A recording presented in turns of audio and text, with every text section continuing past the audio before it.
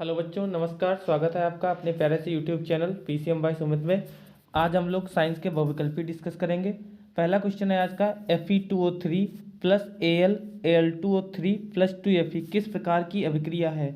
तो देखिए यहाँ पे क्या हुआ है कि जो एल्यूमिनियम है उसके पास ऑक्सीजन चला गया है और ये जो है Fe अकेला बच गया है, यानी ऑक्सीजन अपनी जगह से हटके दूसरे के पास गया है। तो अगर ऐसी घटना होती कि अणु एक जगह से हटके दूसरी जगह जाए तो उस अभिक्रिया का नाम हम देते हैं विस्थापन अभिक्रिया, यानी कि आपके इसमें विस्थापन अभिक्रिया सही है। तो कोई भी रिएक्शन पेपर में आए और वहाँ से आप में एक अणु या दो अणु अपना स्थान बदलें तो उसको हम क्या बोलेंगे, विस्थापन अभिक्रिया। इसमें एक अणु ने बदला तो इसको हम केवल विस्थापन कहेंगे। अगर दो अणु अपना स्थान बदलते तो उसको हम द्विविस्थापन कहते। लेकिन इसमें कौन सी अभिक्रिया होगी, विस्थापन अभिक्रिया आपका सही विकल्प होगा।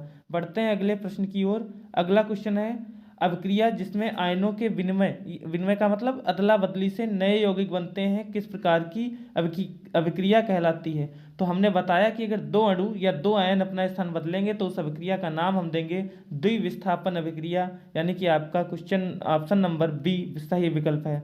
अगला प्रश्न है, कार्बन को वायु में जलाने पर कार्बन डाइऑक्साइड का बनना किसका उदाहरण है। तो ये संयोजन अभिक्रिया का उदाहरण है। क्यों? क्योंकि कार्बन प्लस ऑक्सीजन आपस में जुड़ के कार्बन डाइऑक्साइड बनाते हैं, इसलिए ये कौन सी अभिक्रिया होगी, संयोजन अभिक्रिया होगी। अगला है Zn plus H2SO4 ZnSO4 plus H2। तो देखिए SO4 यहाँ से उठ के यहाँ पे आ गया, यानी ये भी कौन सी अभिक्रिया होगी, वियोजन नहीं बल्कि आपकी कौन सी अभिक्रिया, विस्थापन अभिक्रिया, यानी ऑप्शन नंबर सी आपका बिल्कुल सही विकल्प है। बढ़ते हैं अगले प्रश्न की ओर। अगला प्रश्न लिखा हुआ है, निम्नलिखित में से कौन सी दहन अभिक्रिया है। तो आप देख के बता सकते हैं, ये जो CH4 क्लोरीन है ये आपकी दहन अभिक्रिया है। बढ़ते हैं अगले प्रश्न की ओर। अगला प्रश्न है कि BaCl2 प्लस H2SO4 और यहाँ से आपका यहाँ से देखिए ये जो अभिक्रिया लिखी, पूछा गया किस प्रकार की अभिक्रिया है। तो ये कैसी अभिक्रिया है, और छेपड़ अभिक्रिया है, और छेपड़ अभिक्रिया को द्विविस्थापन अभिक्रिया भी कहते हैं। देखिए Cl और SO4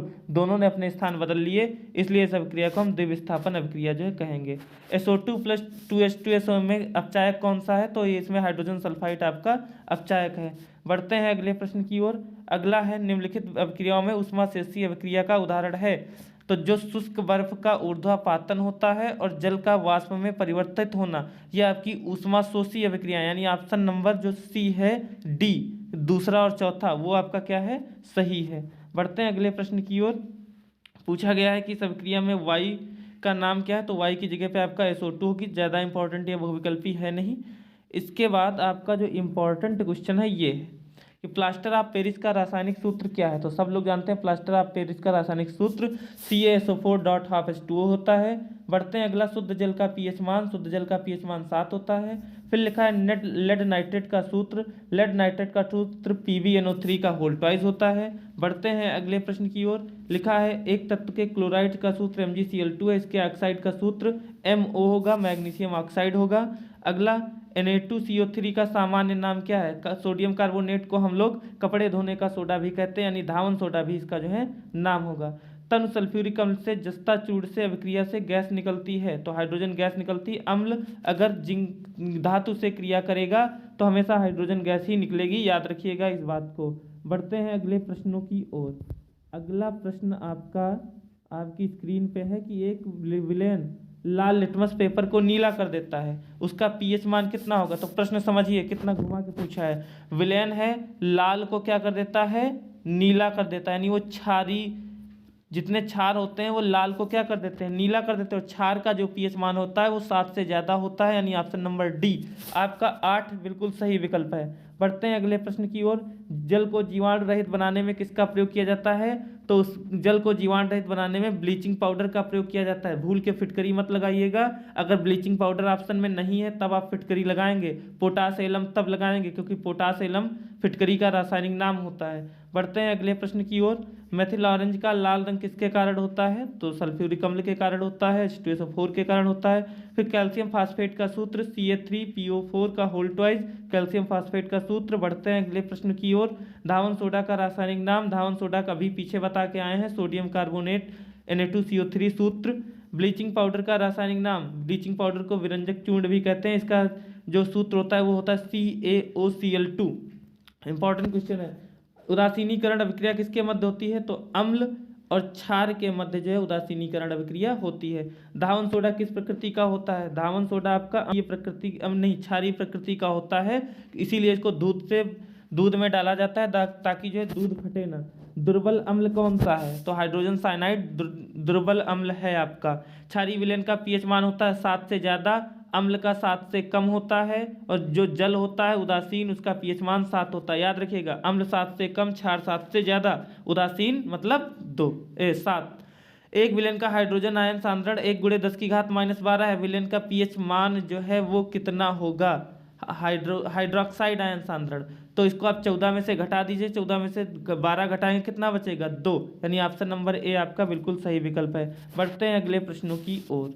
अगला प्रश्न है, सल्फर डाइऑक्साइड का जलीय विलयन कैसा होता है? तो सल्फर डाइऑक्साइड का जलीय विलयन अम्लीय होता है। अगला प्रश्न है आपका, निम्नलिखित में से कौन सा अम्लीय लवण है? तो सोडियम, जिसमें H पाया जाएगा वही अम्लीय लवण होगा। सोडियम हाइड्रोजन सल्फेट अम्लीय लवण होगा। अगला प्रश्न है, एक विलयन का पीएच मान 5 है, यह विलयन कैसा होगा? तो 7 से कम है, विलयन कैसा होगा? अम्लीय होगा। सब ये तो सब आप लोग जानते हैं। बढ़ते हैं अगले प्रश्न की ओर। लिखा है, एक विलयन का हाइड्रोजन आयन सांद्रण 9 है। अगर हाइड्रोजन आयन सांद्रण दिया हो, पीएच मान पूछे, तो जो घात है वही पीएच मान हो जाता है, लेकिन प्लस में पीएच होता है, माइनस में पीएच कभी नहीं होता है। ठीक है, अगर हाइड्रोजन आयन सांद्रण दिया गया तो पीएच जो घात है वही हो जाता है। हाइड्रोजन सल्फाइड का पीएच मान होगा 7 से कम होगा, क्योंकि हाइड्रोजन सल्फाइड क्या है? अम्लीय है। सल्फ्यूरिक अम्ल का पीएच मान भी 7 से कम होगा, क्योंकि अम्ल है। बढ़ते हैं अगले प्रश्न की ओर। कौन सा प्रबल क्षारक है? प्रबल क्षारक आपका पोटेशियम हाइड्रोक्साइड है। 10⁻⁻6 MHCl का पीएच मान, तो हमने बताया था जितनी घात उतने पीएच मान, 10 की घात कितनी? 6। बढ़ते हैं अगले प्रश्न की ओर। एंटीमनी क्या है? एंटीमनी आपकी उपधातु है। अगर पूछे जर्मेनियम और सिलिकॉन क्या है, तो इनको हम अर्धचालक बोलते हैं या फिर अर्धचालक। ध्यान रखिएगा, ये भी क्वेश्चन इंपॉर्टेंट है। अगला प्रश्न, निम्नलिखित में से कौन सी धातु ठंडे जल से क्रिया करके हाइड्रोजन गैस निकालती है? पोटेशियम ठंडे जल से क्रिया करके हाइड्रोजन गैस निकालता है। अगला प्रश्न, क्लोरीन के अणु में उपस्थित होता है। क्लोरीन Cl और Cl ऐसे होता है, यानी एक साथ संयोजक बंध उपस्थित होगा आपका। बढ़ते हैं अगले प्रश्न की ओर। जिंक अम्ल सल्फ्यूरिक अम्ल से अभिक्रिया करके, तो धातु अम्ल से क्रिया करेगी, हाइड्रोजन गैस देगी। बढ़ते हैं अगले प्रश्न की ओर। अधातु जो द्रव अवस्था में पाई जाती है, ब्रोमीन जो धातु है वो अधातु वो द्रव अवस्था में पाई जाती है, और पारा धातु है जो द्रव अवस्था में पाया जाता है। अगला है, एल्यूमिनियम की सतह पर ऑक्सीजन की परत चढ़ना एनोडिंग कहलाता है। बढ़ते हैं अगले प्रश्न की ओर। धातु है लिथियम आपकी, इसमें से इन चारों में से धातु जो है लिखी हुई है। बढ़ते हैं अगले प्रश्नों की ओर। लिखा है, ठंडे तनु अम्ल के साथ कौन सी गैस क्रिया करके हाइड्रोजन गैस बनाती है? तो आपकी जस्ता जो है वो हाइड्रोजन गैस बनाता है। अगला प्रश्न, अधातु है, अधातु है, अधातु आपकी फ्लोरीन जो है वो आपकी अधातु है। अगली क्वेश्चन की तरफ, ठंडे जल के साथ कौन सी गैस हाइड्रोजन गैस बनाती है? तो आपका सोडियम जो तत्व ठंडे जल के साथ क्रिया करके हाइड्रोजन गैस बनाता है। कौन सा ऊष्मा का कुचालक है? लेड, सीसा ऊष्मा का कुचालक है। अगला है, निम्नलिखित में से कौन सी धातु अम्ल से क्रिया करके हाइड्रोजन गैस विस्थापित करती है? तो मैग्नीशियम और जिंक जो है वो अम्ल से क्रिया करके हाइड्रोजन गैस विस्थापित करते हैं। कौन सी धातु सामान्य धातु पर जल से क्रिया नहीं करती? कैल्शियम और सोडियम सामान्य धातु पर जो है सामान्य ताप पर जल से क्रिया नहीं करते हैं। अगला है, कौन सी धातु अम्ल से हाइड्रोजन गैस विस्थापित नहीं करती? बहुत ही इंपॉर्टेंट जो है कॉपर जो है, इसमें याद रखिएगा, बहुत ही इंपॉर्टेंट क्वेश्चन ये है। अगला है, निम्नलिखित में से कौन सा तत्व धात्विक तत्व है? लिथियम जो है वो धात्विक तत्व है। फफोलेदार कॉपर में कॉपर की प्रतिशत मात्रा कितनी होती है? आपकी 98 होती है फफोलेदार कॉपर में। अगला है, फफोलेदार कॉपर है, यानी कि फफोलेदार कॉपर में 98% शुद्ध कॉपर होता है और 2% आपका अशुद्ध कॉपर जो है होता है, जिसको हम फफोलेदार कॉपर बोलते हैं। फिर लिखा है, कॉपर मेट मुख्यतः होता है, तो Cu2S और FeS जो है वो कॉपर मेट होता है। बढ़ते हैं अगले प्रश्नों की ओर। कॉपर का अयस्क है, कॉपर सल्फाइड कॉपर का जो है अयस्क है। कॉपर पायराइट का सूत्र जो है वो CuFeS2 होता है, ये कॉपर पायराइट का सूत्र है, इंपॉर्टेंट क्वेश्चन है। फिर लिखा हुआ है, निम्नलिखित में से अयस्क पारा तत्व है जिंक अमलगम, इसका जो है सही आंसर है। यहाँ पे अब बहुविकल्पी आपके इतने इंपॉर्टेंट नहीं है, यहाँ पे 2 देख लीजिए। ब्रांस पीतल है, ये मिश्र धातु है ब्रांस पीतल। जर्मन सिल्वर में कौन सी धातु उपस्थित नहीं होती? Ag जो है जर्मन सिल्वर में धातु जो है उपस्थित नहीं होती। असंतृप्त हाइड्रोकार्बन है एथिलीन C2H4, क्योंकि इसमें जो है डबल बॉन्ड उपस्थित होता है। प्रोपेनल का क्रियात्मक समूह आपका कौन सा है? प्रोपेनल। जब भी अल आए तो CHO ढूंढना है, अगर ऑल आए तो OH ढूंढना है, ओन आए तो C डबल बॉन्ड O ढूंढना है, ओइक एसिड आए तो COOH ढूंढना है। याद रखिएगा इस चीज को। बात समझ में आई? बढ़ते हैं अगले प्रश्न की ओर। एसिटिक अम्ल का यूपीएससी नाम एथेनोइक अम्ल, बहुत इंपॉर्टेंट क्वेश्चन। इसके बाद एल्कीन का सूत्र है तो इसका CH2 डबल बॉन्ड CH2 होता है। ऑप्शन नंबर बी आपका सही है। क्लोरीन के अणु में उपस्थित होता है, केवल एक साथ संयोजक बंध उपस्थित होता है, आप लोग जानते हैं। बढ़ते हैं अगले प्रश्न की ओर। प्रोपेनॉन का क्रिया समूह, तो ओन आया तो C डबल बॉन्ड O ढूंढिए, तो C डबल बॉन्ड O यहाँ पे है प्रोपेनॉन। कॉलम ए को कॉलम बी से मिलाना है। एल्डिहाइड, एल्काइन, यहाँ पे आप एक चीज समझ लीजिए, देखिए एल्डिहाइड मतलब आपको ढूंढना है यहाँ पे। 1 मिनट रुक जाइए, थोड़ा और छोटा कर देते हैं ताकि आपको दिखे सही से। एल्डिहाइड, एल्डिहाइड का मतलब देखिए कार्बोक्सिलिक अम्ल यानी कि COOH ढूंढना है, तो COOH किस में लगा हुआ है? ए वाले में, यानी C का A नंबर सही हो जाएगा। Aldehyde C double bond O यहाँ पे देखिए लिखा हुआ है, यानी A का B नंबर सही हो जाएगा। और आपका फिर लिखा हुआ है एल्काइन, फिर लिखा हुआ है एल्काइन, एल्काइन आपका ये है D नंबर, C का D से हो जाएगा और D का किससे हो जाएगा? B से। ये विकल्प आपका सही है। बढ़ते हैं अगले प्रश्नों की ओर। अगला प्रश्न है कार्बन परमाणु की संयोजकता कितनी होती? तो 4 होती। फिर लिखा है एल्काइनों का सामान्य सूत्र, एल्काइन का CnH2n+2, और अगर एल्कीन होता तो CnH2n होता आपका, अगर एल्कीन होता, एल्केन होता तो आपका CnH2n-2 होता, एल्कीन होता तो आपका CnH2n होता, और अगर एल्काइन है तो CnH2n+2 होता। प्रोपेन का सूत्र है, तो प्रोपेन का जिसमें सूत्र है ये आपका प्रोपेन, तो ये मेथ एथ प्रोप यानी सिंगल बॉन्ड एन, यानी पहला आपका इसमें जो है सही विकल्प है। बढ़ते हैं अगले प्रश्न की ओर। ये कॉलम आप मिला लीजिएगा। एसिटिक अम्ल का प्रयोग किस में करते हैं? आप सिरका बनाने में करते हैं। एसिटिक अम्ल का उपयोग सिरका बनाने में करते हैं, यानी ये सही है। एथेनॉल और कास्टिक सोडा आप कपड़े धोने में, एथेनॉल आपका विक्रीकृत स्पिरिट से हो जाएगा। अपमार्जक का उपयोग साबुन बनाने में किया जाता है। बढ़ते हैं अगले प्रश्नों की ओर। अगला प्रश्न है एल्कीन का सूत्र है, तो इसका सूत्र C3H6 है। CH3CH2OH का यूपीएससी नाम एथेनॉल आपका होता है। प्रोपेनल का सूत्र होता है C3H6O, आपका बिल्कुल सही विकल्प है। बढ़ते हैं अगले प्रश्नों की ओर। अगला प्रश्न है एथेनोइक अम्ल का सूत्र, एथेनोइक अम्ल CH3COOH होता है। निम्नलिखित में से कौन सा कार्बनिक यौगिक असंतृप्त है? तो एथिलीन आपका असंतृप्त कार्बनिक यौगिक है। बढ़ते हैं अगले प्रश्नों की ओर। लिखा हुआ है संतृप्त हाइड्रोकार्बन में नहीं होता है, तो संतृप्त में डबल बॉन्ड और ट्रिपल बॉन्ड नहीं होते, यानी D नंबर आपका सही विकल्प है। ब्यूटेनोन, नोन आ गया, यानी आपको क्या ढूंढना? C double bond O। बढ़ते हैं अगले प्रश्न की ओर। निम्नलिखित में से कौन सा यौगिक की प्रकृति अम्लीय है? तो इसका सही विकल्प आपका CH3COOH होता है। कीटोनिक समूह उपस्थित है, तो देख लीजिए C डबल बॉन्ड O किसमें उपस्थित है? C डबल बॉन्ड O इसमें उपस्थित है, ये आपका सही विकल्प है। बढ़ते हैं अगले प्रश्न की ओर। एथिल एल्कोहल का यूपीएससी नाम ऊपर पढ़ के आए हैं एथेनॉल आप। एल्डिहाइड, एल्डिहाइड का मेथेनल होता है, इसमें नैल लिखा हुआ लेकिन मेथेनल होता है। बढ़ते हैं अगले प्रश्न की ओर। प्रोपेनॉल का जो रासायनिक सूत्र है वो आपका क्या होता है? तो C3H7OH होता है। ऑल आपको प्रोपेन C3H8 इसका जो है प्रोपेन का रासायनिक सूत्र होता है। बढ़ते हैं अगले प्रश्नों की ओर। लिखा है स्वपोषी पोषण के लिए आवश्यक है, तो इसके लिए कार्बन डाइऑक्साइड भी आवश्यक है, क्लोरोफिल भी, सूर्य का प्रकाश भी, यानी कि सभी इसमें जो है आवश्यक है। बढ़ते हैं अगले प्रश्न की ओर। निम्नलिखित में से कौन सा प्रक्रम रासायनिक संश्लेषण द्वारा नहीं होता है? तो रासायनिक संश्लेषण के दौरान जो आपका ग्लूकोज है वो पायरुविक अम्ल में वियोजन नहीं होता है, याद रखिएगा।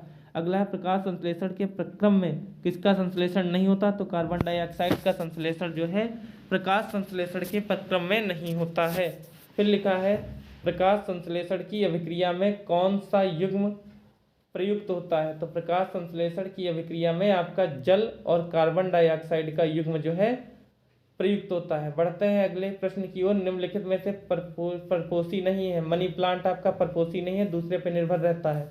फिर लिखा हुआ क्लोरोफिल अवशोषित करता है, प्रकाश ऊर्जा को जो है क्लोरोफिल अवशोषित करता है। फिर लिखा हुआ है 2NADPH का निर्माण कहाँ होता है, यहाँ पे क्लोरोप्लास्ट में होता है। अगर क्वेश्चन आए ऊर्जा का पावर हाउस किसे कहा जाता है, तो माइटोकांड्रिया को कहा जाता है। फिर लिखा हुआ है रच्ची कोशिकाएं पाई जाती हैं। रच्ची कोशिकाएं आपकी वातरंध्रों में पाई जाती हैं। बढ़ते हैं अगले प्रश्न की ओर। अगला प्रश्न है प्रकाश संश्लेषण के प्रक्रम में ऑक्सीजन किससे उत्पन्न होती है, तो जल से आपकी ऑक्सीजन उत्पन्न होगी। जठर ग्रंथियां पाई जाती हैं, अमाशय में जठर ग्रंथियां मिलती हैं। बढ़ते हैं अगले प्रश्न की ओर। पित्तरस कहाँ होता है, पित्तरस यकृत में होता है। बहुत इंपॉर्टेंट क्वेश्चन। मनुष्य के ग्रास नली की लंबाई 25 से 30 सेंटीमीटर ग्रास नली की लंबाई होती है। बढ़ते हैं अगले प्रश्न की ओर। मनुष्य में दूध के दांतों की संख्या कितनी होती है, तो मनुष्य में दूध के दांतों की संख्या 20 होती है। अगला है बहुत इंपॉर्टेंट, यकृत स्रावित करता है, यकृत पित्तरस स्रावित करता है, और जठर रस आपका अमाशय जो है स्रावित करता है। दोनों में कंफ्यूजन ना हो, याद रखिएगा जो है। बढ़ते हैं अगले प्रश्न की ओर। मनुष्य की लार में क्या पाया जाता है, तो टाइलिन नामक एंजाइम जो है पाया जाता है, और लाइसोजाइम भी पाया जाता है। यानी दोनों, ऑप्शन नंबर डी यानी कि आपका बिल्कुल सही विकल्प है। बढ़ते हैं अगले प्रश्न की ओर। अगले प्रश्न में है मनुष्य में लार ग्रंथियां कितनी होती हैं, तो 3 जोड़ी लार ग्रंथियां होती हैं। क्रमरूपी परिशेषिका का भाग है, केवल आपकी जो बड़ी आंत है वो क्रमरूपी परिशोषिका का जो है भाग है। अगला प्रश्न, मनुष्य के प्रत्येक जबड़े में चवर्णक दांतों की संख्या कितनी होती है, तो 6 होती है। फिर लिखा हुआ निम्नलिखित में से कौन सा सत्य नहीं है, निम्नलिखित किण्वन के संबंध में, तो किण्वन जो है आपका उसमें नहीं होता है, माइटोकांड्रिया में पूर्ण नहीं होता है। ऑप्शन नंबर डी आपका बिल्कुल सही जवाब है। अगला है कूपिका वायु कोशिका पाई जाती है, तो फेफड़ों में पाई जाती है। इंपॉर्टेंट प्रश्न है। ग्लाइकोलाइसिस प्रक्रिया संपन्न होती है कोशिका द्रव्य में। फिर से याद रखिएगा, ऊर्जा का पावर हाउस माइटोकांड्रिया होता है, ग्लाइको की जो प्रक्रिया है वो कोशिका द्रव्य में संपन्न होती है। पादपों में जाइलम का कार्य क्या होता है, तो पादपों में जो जाइलम का कार्य होता है वो होता है जल का परिवहन करना, और फ्लोएम भोजन का जो है। ठीक है। अगला, पौधों की जड़ों में द्वारा अवशोषित खनिज लवणों का परिवहन होता है, तो ये जाइलम के द्वारा जो है होता है खनिज लवण और जल का अवशोषण जो है, याद रखिएगा। फिर लिखा है पादपों में जल के परिवहन के लिए आवश्यक है, जाइलम आपके आवश्यक है। जाइलम उत्तरदायी है जल के वहन के लिए। देखिए कितना इंपॉर्टेंट है जाइलम आपका, और जल से संबंधित जाइलम है। फ्लोएम क्या करेगा, फ्लोएम जो है सुक्रोज के रूप में स्थानांतरित होता है, भोजन के रूप में स्थानांतरित होता है। पौधों में भोजन का स्थानांतरण होता है फ्लोएम के द्वारा, और जल का जाइलम के द्वारा। डिक्सन और जॉली किससे संबंधित है, रसारोहण से संबंधित है। डिक्सन और जॉली रसारोहण से संबंधित है। बढ़ते हैं अगली। स्वस्थ मनुष्य के शरीर का रक्तदाब ब्लड प्रेशर कितना होता है, 120/180 होता है। अगला प्रश्न, मनुष्य में कोष्ठों की संख्या कितनी होती है, तो 4 होते हैं कोष्ठ, 2 अलिंद 2 निलय होते हैं। बढ़ते हैं अगले प्रश्नों की ओर जो है। अगला प्रश्न है मस्तिष्क किसके लिए है उत्तरदायी होता है, तो मस्तिष्क सोचने संतुलन सभी के लिए जो है उत्तरदायी होता है। अगला क्वेश्चन है 2 कोशिकाओं के मध्य खाली स्थान को क्या कहते हैं, तो 2 कोशिकाओं के मध्य खाली स्थान को हम लोग सिनेप्स कहते हैं। फिर लिखा है निशल्स कण पाए जाते हैं, तो ये तंत्रिका कोशिका में जो है निशल्स कण जो है पाए जाते हैं। बढ़ते हैं अगले प्रश्न की ओर। लिखा है निम्नलिखित में से कौन सा एकलिंगी पौधा है, पपीता जो है आपका एकलिंगी पौधा है। फिर लिखा हुआ है मानव जनन तंत्र के किस भाग में कॉपर टी लगाई जाती है, तो गर्भाशय में आपकी कॉपर टी जो है लगाई जाती है, याद रखिएगा जो है। अगला क्वेश्चन है, थोड़ा सा बड़ा कर लें ताकि आपको दिखे। पुनरुद्ध भवन किसमें होता है, तो हाइड्रा और प्लेनेरिया में जो है पुनरुद्ध भवन जो है होता है। हाइड्रा और प्लेनेरिया में पुनरुद्ध भवन होता है।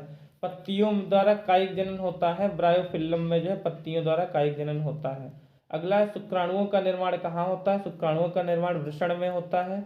अगला है पत्र कलिकाएं कहाँ पाई जाती हैं, तो बायोफिल्लम में जो है पत्र कलिकाएं जो है आपकी उपस्थित होती हैं।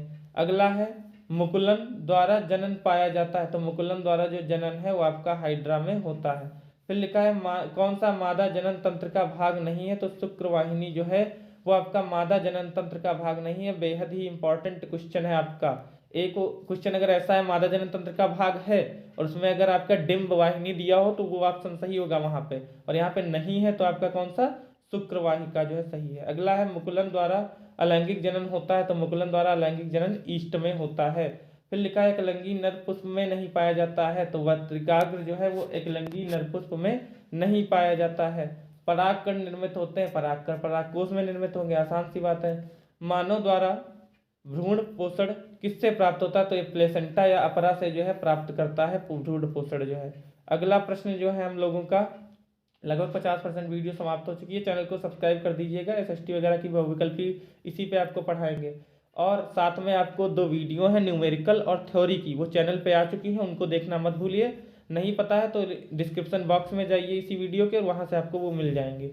लिखा है निम्नलिखित में से कौन सा परागकोश में नहीं पाया जाता है, परागकोश में पाया जाता है, तो परागकण परागकोश में पाए जाते हैं। वर्तिका वर्तिकाग्र और अंडाशय किसके भाग होते हैं, तो ये आपके अंडक के भाग होते हैं। बढ़ते हैं अगले प्रश्न की ओर। निषेचन के पश्चात कौन सा फल में परिवर्तित हो जाता है, अंडाशय जो है वो फल में परिवर्तित हो जाता है निषेचन के बाद। परागनलिका में नर युग्मकों की संख्या कितनी होती है, 2 होती है आपकी। अगला है मानव के वृषण उदर गुहा से बाहर स्थित होते हैं, क्योंकि इसमें तापमान से संबंधित रीजन होता है, यानी इनका ताप शरीर के आंतरिक ताप से कम रहता है। बढ़ते हैं अगले प्रश्नों की ओर। नर जनन अंग से संबंधित ग्रंथि है, तो आपकी प्रोस्टेट ग्रंथि जो है वो नर जनन तंत्र से संबंधित है। फिर लिखा हुआ है पुष्प के कितने भाग होते हैं, पुष्प के आपके 4 भाग होते हैं। फिर बढ़ते हैं बीजाणु का निर्माण किसमें होता है, मांस में होता है। अगला है म्यूकर में अलैंगिक जनन किसके द्वारा होता है, तो ये मुकुलन के द्वारा होता है। कायिक जनन द्विनिषेचन से संबंधित एड्स का कारण है, एड्स का कारण विषाणु है। मादा नली के किस भाग में सामान्यतः निषेचन होता है, फेब्रियन नलिका में, फैलोवियन नलिका में। अगला है निम्नलिखित में से कौन सा यौन संचारित रोग है, जितने हैं सभी यौन संचारित रोग हैं। बढ़ते हैं अगले प्रश्न की ओर। यहाँ से ज्यादा जो है इंपॉर्टेंट क्वेश्चन है नहीं, आ जाते हैं आनुवंशिकता पार्ट पे। लिखा है मेंडल ने सर्वप्रथम अपना प्रयोग किस पौधे पे किया, तो मटर पे किया, सब लोग जानते हैं, आसान सी बात है। फिर लिखा है मेंडल के दौरान कौन सा झुर्रीदार बीजों को व्यक्त कर, टी और स्मॉल आर, ये आपका झुर्रीदार बीजों को। अगर आप टी और टी के बीच क्रॉस संकर करवाते थे, एक चित्र हमने आपको बनवाया, तो क्या होता था, सभी लंबे पौधे आपके जो है बनते थे।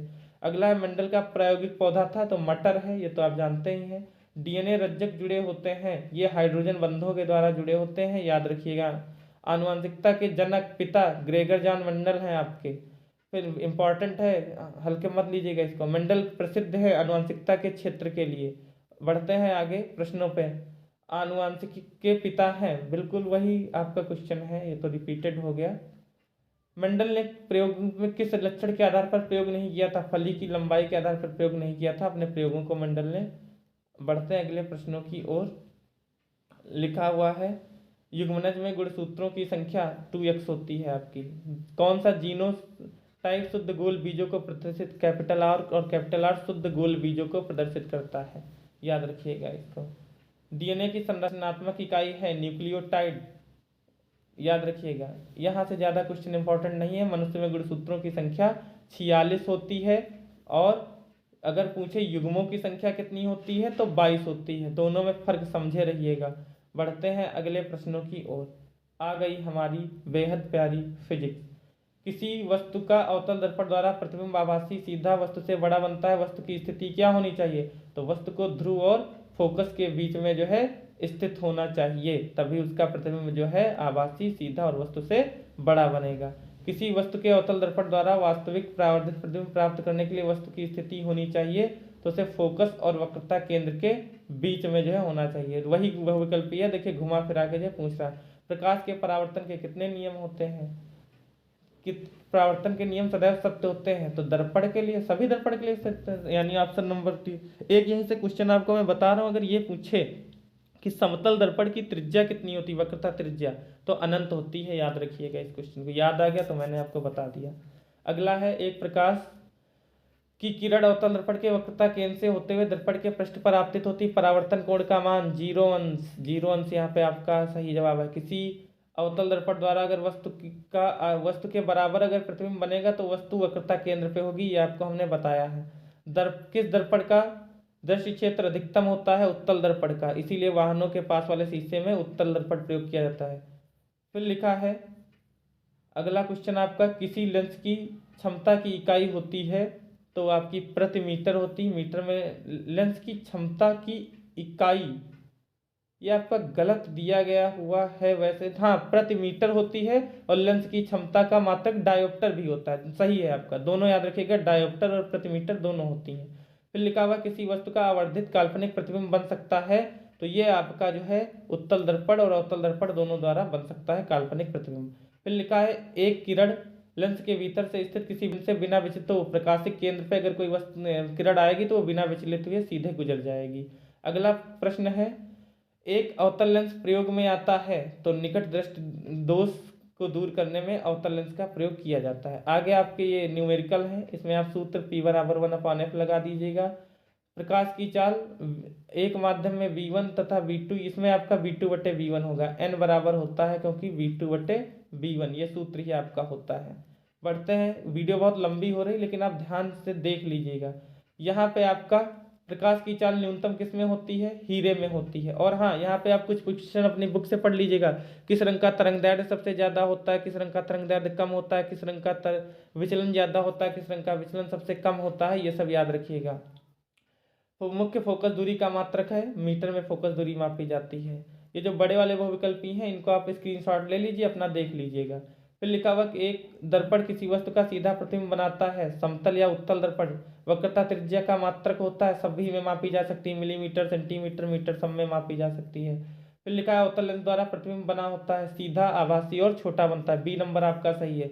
एक दर्पण की वक्रता त्रिज्या 40 है, फोकस दूरी वक्रता त्रिज्या की आधी होती है यानी 20 हो जाएगी। बहुत आसान है, इसमें कुछ है ही नहीं, सब यही न्यूमेरिकल है, आप इनको लगा लीजिएगा, ठीक है। अगर निकट दृष्टि दोष से पीड़ित व्यक्ति का दूर बिंदु होता है, दूर बिंदु अनंत होता है, निकट बिंदु 25 सेंटीमीटर होता है, याद रखिएगा, ये इंपॉर्टेंट न्यूमेरिकल है। बढ़ते हैं आगे। नेत्र के अंदर जो लेंस होता है वो कैसा होता है? तो उत्तल होता है। मानव में रेटिना पर बना प्रतिबिंब होता है, यानी मनुष्य में अगर पूछे किस भाग पर प्रतिबिंब बनता है तो रेटिना पर, लेकिन जो रेटिना पर प्रतिबिंब बनता है वो उल्टा बनता है, लेकिन आपको दिखाई सीधा देता है, यानी ऑप्शन नंबर ए आपका बिल्कुल सही विकल्प है। बढ़ते हैं अगले प्रश्नों की ओर। मानव नेत्र के जिस भाग पर किसी वस्तु का प्रतिबिंब बनता है उसे कहते हैं, किसी वस्तु का प्रतिबिंब बनता है दृष्टिपटल, या उसी को हम रेटिना भी कहते हैं, ये वाला आपका ऑप्शन सही है। किस रंग का विचलन सबसे ज्यादा होता है? बैंगनी रंग का विचलन सबसे ज्यादा होता है, लाल रंग का विचलन सबसे कम होता है। श्वेताभ प्रतीत होता है, दोपहर के समय श्वेताभ आपका प्रतीत होता है। एक व्यक्ति को दूर की वस्तु को देख, दूर की वस्तु अगर नहीं देख पा रहे हैं तो उनको जो है आपका कौन सा दोष है? निकट दृष्टि दोष है, जब उल्टा होता है ना। फिर स्वस्थ सामान्य आंख वाला सुस्पष्ट रूप से देख सकता है। 25 सेंटीमीटर और अनंत के बीच अगर कोई वस्तु है तो वो आपका जो है आसानी से देख सकता है। मानव नेत्र के जिस भाग पर प्रतिबिंब बनता है उसी को हम दृष्टिपटल या रेटिना कहते हैं। 2 बार यही जो है आपका है। आगे बढ़ते हैं हम लोग। हाँ, यहाँ के वो विकल्प इंपॉर्टेंट है। लिखा है किस रंग का विचलन सबसे न्यूनतम होता है? सबसे न्यूनतम विचलन लाल रंग का, सबसे ज्यादा बैंगनी रंग का। फिर लिखा है आंख में प्रवेश करने वाले प्रकाश की मात्रा को नियंत्रित करती है, तो आपकी पुतली जो है वो आकाश की मात्रा को नियंत्रित करती है। लिखा है निकट दृष्टि दोष के निवारण के लिए, निकट दृष्टि दोष अवतल लेंस, दूर दृष्टि दोष उत्तल लेंस, सामान्य आंख के लिए दूर बिंदु अनंत होता है, निकट बिंदु 25 सेंटीमीटर होता है। चंद्रमा से आकाश कैसा दिखाई देता है? काला दिखाई देता है। प्रकाश का प्रकीर्णन सबसे कम लाल रंग के लिए होता है और सबसे ज्यादा बैंगनी रंग के लिए होता है, याद रखिएगा। अभिनेत्र लेंस की फोकस दूरी में परिवर्तित किया जाता, पाठ्यछाप या सिलायरी पेशियों द्वारा जो है दूरी में परिवर्तन किया जा सकता है। दूर दृष्टि दोष के कारण प्रतिबिंब बनता है, दूर दृष्टि दोष हो जाता है तो रेटिना के पीछे, निकट हो जाए तो रेटिना के आगे बनेगा। किसी भी वस्तु का प्रतिबिंब बनता है रेटिना पर या दृष्टिपटल पर बनता है। स्वस्थ आंख के लिए न्यूनतम दूरी कल ये जरूर मिलेगा, 25 सेंटीमीटर होती है स्वस्थ आंख के लिए न्यूनतम दूरी या फिर निकट बिंदु। बढ़ते हैं अगले प्रश्न की ओर। लिखा हुआ है 2 चालक जिनकी लंबाइयां और समान है श्रेणी क्रम में फिर पार्श्व क्रम में संयोजित किए जाते हैं, इनका अनुपात क्या होगा? तो इनमें अनुपात आपका 4:1 आएगा, जो है याद कर लीजिए। फिर लिखा है लघु पतन के समय विद्युत धारा का मान बहुत अधिक बढ़ जाता है, जब शॉर्ट सर्किट बनता है तो विद्युत धारा का मान बहुत अधिक बढ़ जाता है। चालक का प्रतिरोध निर्भर नहीं करता, चालक के आकार पर निर्भर नहीं करेगा, बाकी सभी पे जो है निर्भर करेगा, जो है। अगला है कब 4 विद्युत चालकों को संयोजित करने पर, जब भी प्रतिरोध को न्यूनतम करने की बात आए, याद रखिए इस बहुविकल्पी को, तो हमेशा उसको समांतर क्रम में या पार्श्व क्रम में जो है हम जोड़ेंगे ऑप्शन। और अगर ज्यादा प्रतिरोध की बात आए तो हम उसको श्रेणी क्रम में। अत्यधिक उच्च प्रतिरोध का पदार्थ कहलाता है विद्युत रोधी कहलाता है। विद्युत शक्ति का मात्रक वाट होता है, ऊर्जा का मात्रक जूल होता है, आवेश का मात्रक कूलाम होता है और विभवांतर का मात्रक वोल्ट होता है। ये चारों मात्रक आप याद कर लीजिए। अगला प्रश्न है, केतली में प्रवाहित धारा 9 गुनी कर 3 गुनी कर दी जाए तो केतली में ऊष्मा बिल्कुल आपका 2 गुनी हो जाती, तो स्क्वायर कर दीजिए, 3 का स्क्वायर कितना होगा 9, तो ऊष्मा उत्सर्जन की दर 9 गुनी हो जाएगी। फिर लिखा हुआ है ये आप जो ये बड़े बहुविकल्पी हैं, काफी वीडियो लंबी हो जाएगी, इनका आप स्क्रीनशॉट ले लीजिए, इनको हल कर लीजिएगा जो है। विद्युत शक्ति का सही सूत्र है P बराबर होता है I स्क्वायर R। अगला है भारत में प्रत्यावर्ती धारा में आपूर्ति की आवृत्ति है 50 हर्ज, AC की आवृत्ति 50 हर्ज हो जाती है। अगर पूछे घरों की आवृत्ति कितनी होती है, 50 हर्ज होती है। निम्नलिखित में P तथा R में व्यक्त है तो सही सूत्र ये आपका √P/R हो जाएगा जो है। थोड़ा ध्यान से पढ़ के आप इनको करिएगा, जो न्यूमेरिकल है इनको आप देख लीजिए।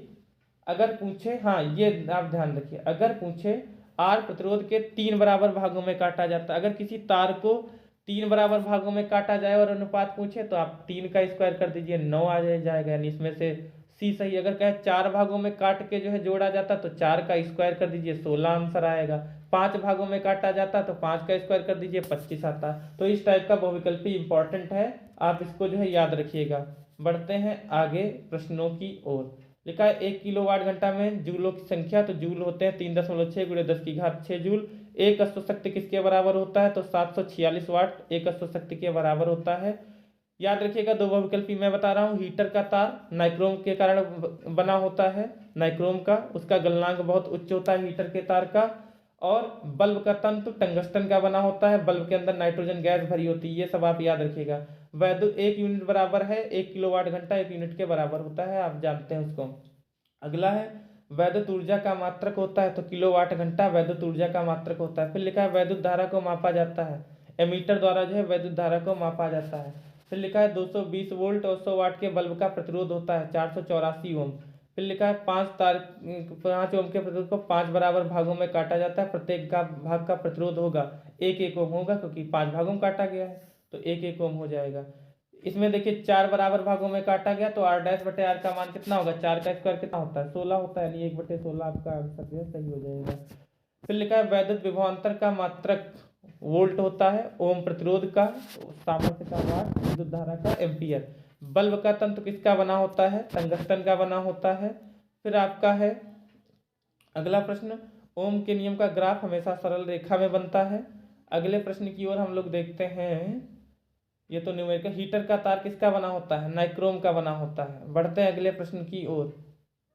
प्रतिरोध का मात्रक अभी ऊपर बता के आए ओम। किसी एक 4 ओम वाले प्रतिरोध को n समांतर क्रम में जब समांतर क्रम में जोड़ा जाए तो 4/n होगा 4 तारों को।